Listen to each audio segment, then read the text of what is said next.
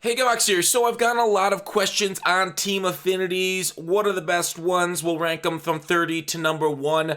Well, how do I get them? How do I get them quickly? So let's go through first how to get them quickly, and then we'll rank them from 30 to 1. So, how to best go through this. The quickest way is easily this exchange Baltimore Orioles rivals. You can do this repeatable, it says there. You can do that, get all the way up to with any team. You do that 5 times, you get them quick. But that's expensive, like 30,000-ish stubs, I believe. You can kind of exchange those for at like, I haven't calculated in the last day, but ish, maybe a little less now if you do the most efficient way. I'll put in the description. Let me show it to you in a second. There's a good way of kind of like, there was a good spreadsheet put together by Give Me My Money. I'm Steven Money, aka. I'll show it on your screen right meow. Basically, for each affinity, there's the targets right there. Buy overall at 12,000 cards needed 6. So 6 for the 88 overall. I guess this is a lot more expensive than that, but like I calculated based off like 74 overalls.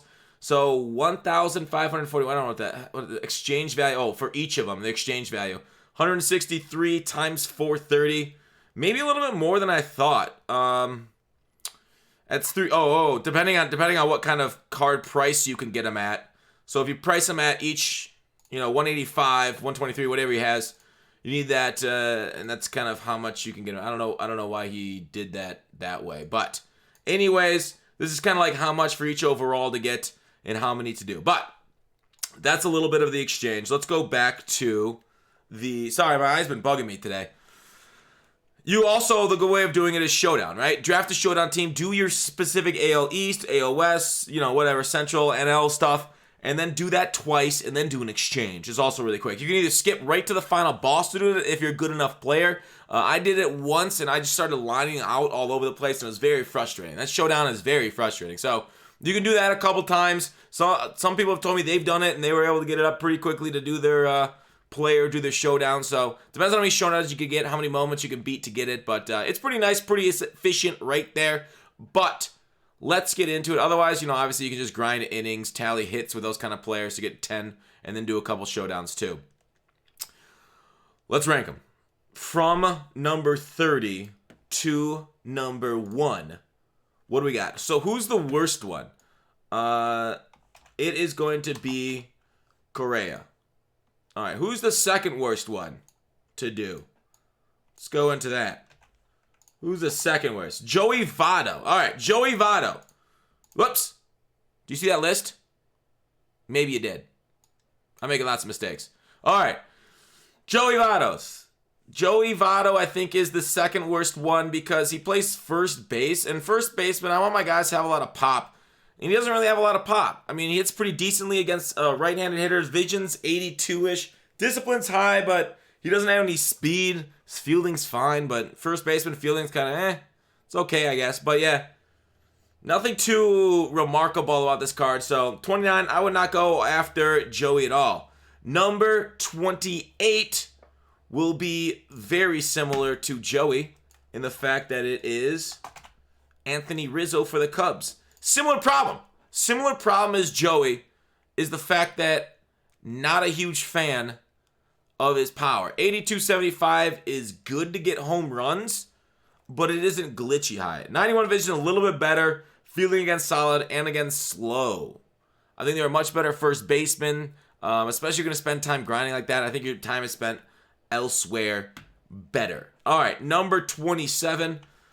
I don't know. We're going to start to get into some controversials. I'm going to go Peralta. Now, there's a lot of I would say controversial, a lot of great outfielders this year. And there's a lot of competition in the outfield for spots. So somebody with 47 speed doesn't have a lot of pop. Good contact versus righty. I'll give him that. A lefty that does well against righty. 82 vision, okay. Doesn't really excite me. This Peralta card doesn't. So that's why he is 27. Without the great speed, no arm. Yeah, I don't love it. God dang, I keep in the wrong thing. Should I just show it? Should I just go through it? Instead of teasing you over and over? Brian Anderson, you're next. So, Brian Anderson with the Marlins is kind of low for me too. take a look at his stats. 86 overall. Not too much pop either. I think the game plays as like a home run derby right now. 53 speed. He has got a lot of possession flexibility, which is super nice. So while you're like, oh, his stats aren't better than the guys before him, you can play him third base, second base, in the outfields. He's got a great arm there. A little bit faster than those first basemen too. So overall, a little better. Number 25. And you can see them all right here. Byron Buxton is number 25. All right, look up and down the list. Number 25, Buxton. Twins. Buxton. Fast as heck. Doesn't really carry a bat with him, though. But if he can chop the ball on the ground, he can get on base with him. Pretty nice. Pretty solid. Overall, good card. All right, so we got Anderson. Buxton. Number 24. Whoops.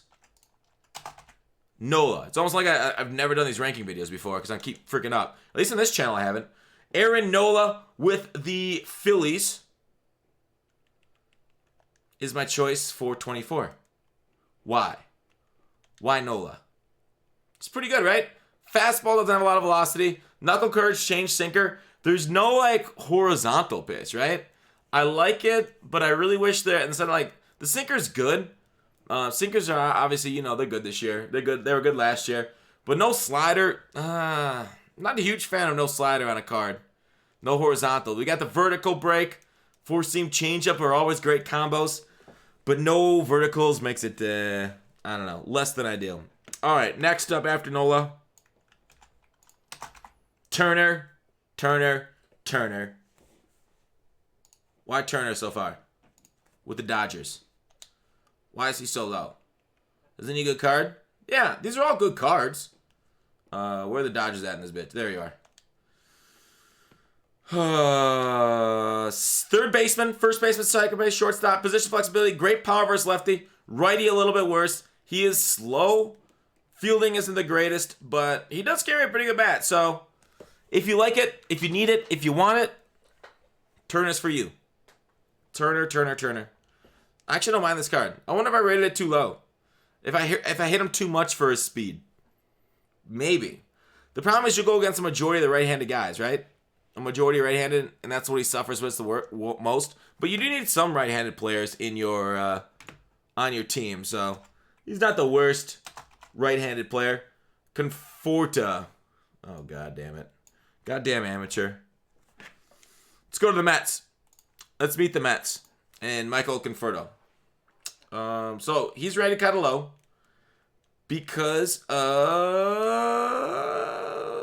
outfield problems. He is good against righties, worse against lefties, of course. So he does bat, left-handed bat, but he does beat up on the more popular pitcher types. His speed 56 is meh, arm meh. I think it's a perfectly cromulent card. Nothing too special here. That's why it's kind of number 22. Why is he 22? Because he's okay. Maybe I'd take Turner over him even. Number 21. Who do we got? Vlad Guerrero Jr. With the Rays. Did I say Rays? Blue Jays. It rhymes, but it ain't right. Yeah, I really can't speak tonight, can I? I was gonna stream after this, but I don't feel I'm confident of streaming tonight because of how bad I'm doing. My eye, everything. So, another case of, like, a jack of all trades, kind of slow. Good arm on him, though, for third base. But, like, I don't know. Maybe even take Turner over him. Maybe I'm wrong. All right, number 20. Let's call some people to be like, what the hell? Ozzy Albies. Why is Ozzy, as a switch hitter, shouldn't he be higher? Goodfox, don't you love switch hitters? I do. It is, in fact, true. I'm a huge fan of switch hitters. The problem is he's so bad against righties, it's almost like he's not a switch hitter. Arm 54. Speed 73 is really nice, though. So, a great second baseman for you. But against righty, he will suffer. He is a lefty. I wouldn't say killer, but goddamn close to it. I do like it. I do like the card, though, overall. But not in the top 20. Well, I guess technically top 20. Not in the top 19. Rafael Devers. Red Sox. Number 19. Okay? And of course, like all those guys with like middle infield stuff, I'll rate him a little bit higher. Position scarcity is definitely something. Third baseman, a lot of good third basemen this year. Solid stats across the board. A little bit worse against power against lefties, but like I said, you'll see him a little bit less often. Speed is not fast on the base path. Third baseman don't really need a lot of speed. Pretty decent fielder, nothing crazy there. So, again, a lot of good players, but nothing that's popping off the page yet. Seager for the Mariners. The younger Seager, right? To my knowledge, is the younger one. Am I right or wrong on that? Kyle Seager. 90 power versus lefty. I like it. So he's got like a reverse platoon split. He hits lefties with power better than against righties. But speed, he is slow at third base. Arm is not that great either for third. But at the dish, should be okay. Should be okay. A little bit weak against righties, so I don't love that. I do not love a lefty that's not good against righties because I want to punish them for their sins. Number 17 is a contact dream with Merrifield. If you have trouble, I think with Witt, if you have trouble with like hitting and getting the ball on the PCI on the ball, I think Witt's the guy you want to go with, right? I think like because he's got high contact, high vision, and his decent speed, fielding, and that kind of stuff. And look at that position flexibility too. Plays basically every single position on the field except shortstop and catcher.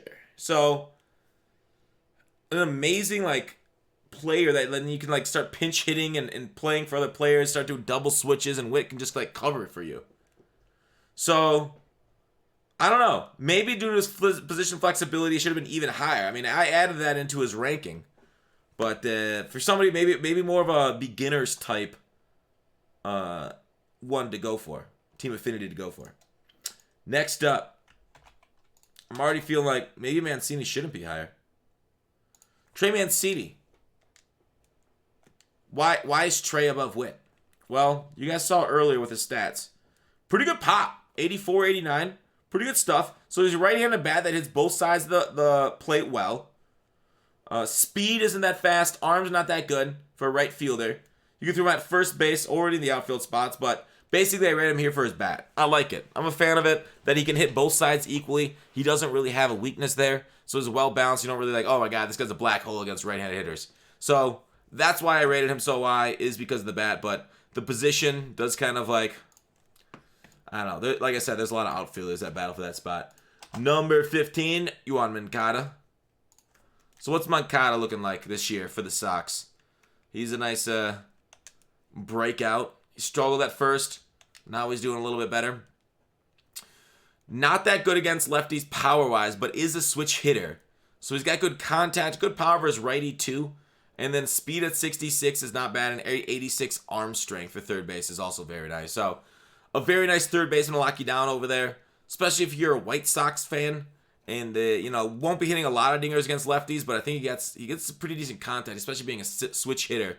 You can see the balls kind of break into it a little bit easier to fight off and land good, solid contact. All right, number 14, Carlos Santana. So Carlos Santana is one of those guys that kind of like gets boosted up a little bit due to this position. Due to him having the catcher, he's also got nice contact and power there. Equally balanced power against both righty and lefty. A switch hitter with good vision. Disciplines there too. Not fast at all. Not a great arm, but man, having the ability to have a guy like either put at first, third, or catcher. Third is kind of because of the arm strength, but whatever. Having that kind of like good bat out of the catcher position is kind of huge. It's pretty rare to have that at all, ever. So Santana having that, it's kind of nice. But he's not that great of a defensive wizard. So I think defense at catchers, pretty cool. Maybe a little overlooked here. Lorenzo Cain is a really nice starting type of center fielder. Again, like we talked about, a lot of the competition in the outfield. But I think this is like a very well-balanced card. Does pretty decently on the hit skill. High contact. Vision's good. Got a little bit of power behind him, but not a whole lot. Speed 66 is, average. Arm 54 is below average. But overall, great reaction, great feeling. So a very good center field to really start off the team. So I like him quite a bit, Lorenzo Cain right there. Next up on it will be Michael Boyd. Boyd right there with the Tigers. Where are you, Detroit? There you are. So Michael Boyd, we're starting to get on a few more pitchers. Why? You're like, oh, 73 hits per 9, 90s K per 9, whatever. I think this year the per 9s are kind of like weird to me.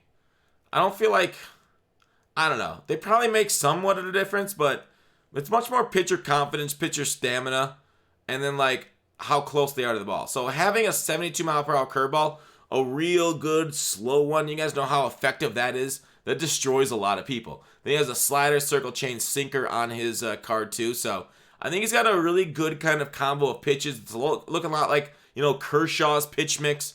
But overall, you're kind of trying to throw him off. But not having top end fastball also kind of hurts the card for Matthew Boyd. If he had like 2 more miles per hour on his fastball, he'd be rated like a much higher. So not having a few more miles per hour does hurt him. But overall, he's got a good pitch mix and a really good curveball there with the 72 mile per hour.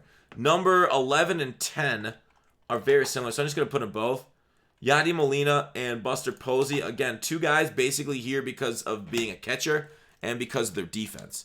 So let's go to St. Louis and Yadi. So these are 2 kind of similar to Carlos, but because they're good defensive backstops, right? He's got decent contact and vision too. That's why he's here. It's so hard to find these kind of decent hitting, good catchers that I rated them pretty high in this. Now, will they make as big an impact if you want it with other players? Maybe not, but I think having a solid, very good defensive player back there, it's pretty important this year. The ball won't score by you as much, especially with this Posey with 95 block. It's great. High contact vision too, so you can slap out some singles with him. All right, number 9. I just like the way Charlie hits the ball. So Charlie on the Rockies, not on Lost, he's got a really neat swing. I don't know what it is, but it goes places. It's like somebody that does really well in school, kids. They go places. 80 vision with almost 100 contact on both sides. Good power. Speed's a little slow. He's got a very weak arm. Inaccurate. Not that great a reaction. But man, I like the way this guy slaps the ball. Charlie, that's why I put you there. He plays above his stats. He always has for me. So that's why Charlie Bell is number 8. Or number 9. Number 8 will be Steeler, Pirate, Bias. Let's go to Pittsburgh for Josh Bell. Why him? He's a first baseman. Nobody cares about first baseman. Well, switch hitting, good power, okay vision. Not the greatest speed or fielding anything, but a switch hitting with a good pop, hugely valuable. I love switch hitters with good pop. So that's why Bell is there. Just all bat, baby. Next up, another big pop bat, Matt Olson. He's got a good swing. Like the way this athletically swings the bat through the zone and dominates them all. 104 power with 90 power versus left. So he's only left-handed hitter, he's not a switch hitter. Vision a little bit low. Contact versus righties, 82. Good fielder too, right? Sure, his arm isn't great if you're gonna throw him in right field, but he's a great fielder, great reaction. If you do stick him at first base, he'll be making diving plays for you. So yeah, the A's have ace, Gold Glove style corner infielders. Juan Soto for the Nats is number 6. So let's go take a look at his card. This is one that we had revealed in the pregame, in the pre-launch hype. 100 power versus righty. He's got a good swing, good contact, decent speed fielding. Yeah, it's kind of like whatever out there. So does well. I like it. Solid Soto. We're not going to talk much more about him. Number 5, Gleyber. Gleyber's number 5 because he has a little bit of good, middle infield position flexibility is the most important position flexibility in the entire game. Because those are where the weakest positions are. Second base, shortstop. Catcher, too. Catcher is even weaker. I guess you got Piazza and Gary Sanchez. 45 speed, though, is tough to put at shortstop because it's so slow movement-wise. Same with second baseman. But okay arm there. And then he's got power from those middle infield spots. So having that kind of power from the middle infield, not something you see often. So a rare breed type of card. That's why Gleyber is rated so freaking highly. Number 4, we're bringing in another pitcher. Blake Snell gets rated high due to one thing only, and that is his new motion. It's super hard to pick up. Good 4-seam curve, change slider. Like the standard 4 pitches, but it comes over the top. It's got like a weird type of like arm action. I don't get it, but it just seems to work. So Blake Snell, solid card. Number 3 will be probably one of the best in the game. All these are one of the best in the games. Tatis, a lot of people have been yelling at me about how great he is. Best middle infielder. I don't know if they're hyped about his prospect status or what, but good hitting all around, right? All between like 80s, 90s, kind of contact power-ish. Speed is super high. Arm strength is ridiculously high at 95. So play shortstop, second, and third. Yeah, he can sling it and he can hit it. Vision's a little low, so might have trouble like fouling stuff off and whatnot, but woo!